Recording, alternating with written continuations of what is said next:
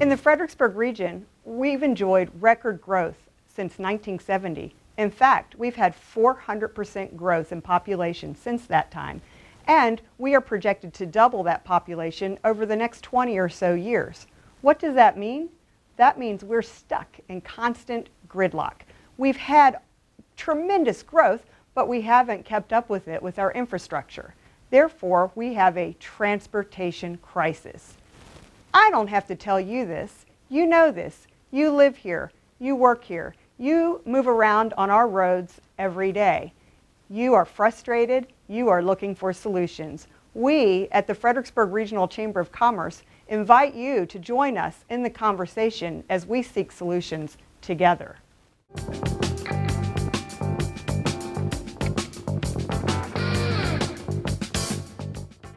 There are basically three problems with transportation in the area: I-95, I-95, and I-95. I see the problem of traffic around this area is I avoid I-95 north on the weekends at all costs.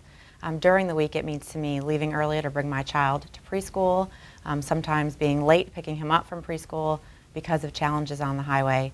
It's something that impacts really every day and everything that we do. When I made a conscious decision to move my family to Fredericksburg, Virginia, and to work in Quantico, Virginia area, vice moving further north where we all know the traffic problems have been prevalent for a long, long time. So I settled here in Fredericksburg, and things were really fine until the hot lane was moved down to 610 as far as it impacting upon me. And quite a few others. I mean, how this traffic now backs up again in Centerville, the Centerville Parkway, every morning, I don't understand it. And it's just terrible. So the traffic is gotten busier and busier. So as more people move into our area, the roads are not able to handle the transportation needs any longer. And then as we move into the future, that's going to be even a bigger problem with that. Well, our business provides both emergency and non-emergency transportation to people that need to get to doctor's appointments and hospitals. So on the routine side, it affects us every single day because we're trying to get patients to a scheduled appointment, and it's a challenge to get there because of the gridlock that's going on. On the emergency side, it actually puts people's lives at risk because we're trying to safely get the person to a hospital and get them there as quickly as possible, but sometimes we arrive at a choke point and it makes it a challenge to do so. Yeah, I'm a defense contractor, and I work out the back gate of Quantico at the corporate center.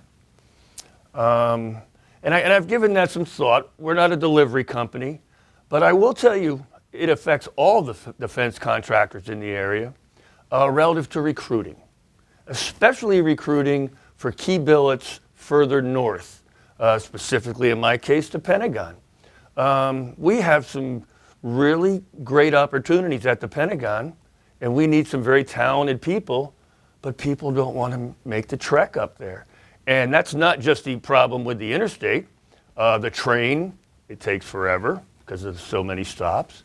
So it's just getting to the city. Now, I'll tell you from a personal perspective, I like working at the Pentagon once I'm there, okay? Once I'm there and I'm in the building, I feel like I do a lot of good things for the government as a contractor and have very productive days.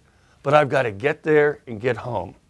And depending on when I've gone up there, it's taking me from Fredericksburg, there and back, over 2 hours, 2.5 hours each way sometimes.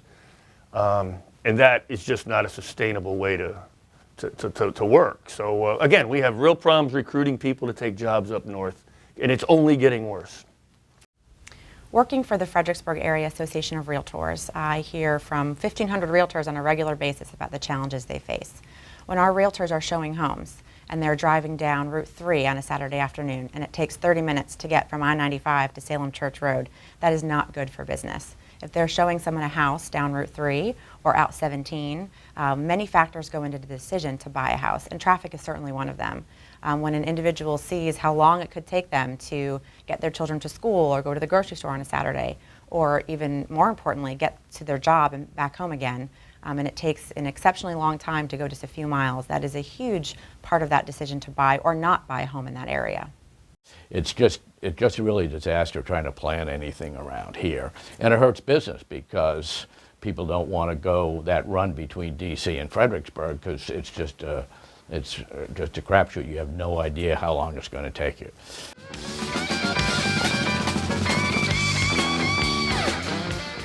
The whole thing is to get our arms around the planning, and there is the suggestion about being able to do it locally, and I think that's a good idea because anytime you can devolve things down, Washington to Richmond to locally, to do the planning and the revenue raising to get the job done, but we really have to do it. It's just really unacceptable. In my opinion, the biggest thing we can do to address the issue is to get more community involvement. We need the people of our region to stay involved and stay aware of what's going on. We need them to get involved in focus groups, talk to their local elected officials, and then, most importantly, we need to take action. The only option that I see that's not an option is inaction. While nobody has the silver bullet or the magic answer to what's going to solve all of our problems, we certainly need to chip away with it one piece at a time, and one way to do that is to come up with some reasonable solutions and start implementing them. But we can't sit back and just wait for that magic answer to approach. I think one of the big solutions is extending the HOV express lanes down to Massaponax, move that choke point over the Rappahannock River and past Route 3. Route 3 traffic stacks up starting at 2 o'clock on a weekday, and never mind on a Friday. If you can move those people down to where they want to be, exit 126, and then move that congestion farther down the road, I think that would be a huge improvement. And that's going to take a lot of regional cooperation to make that happen. Thank you for joining us. Now you've heard a few voices in our community, but we also want to hear your voice. Here at the Fredericksburg Regional Chamber of Commerce, your voice matters. You are part of our community. Please join us, and together we are the solution.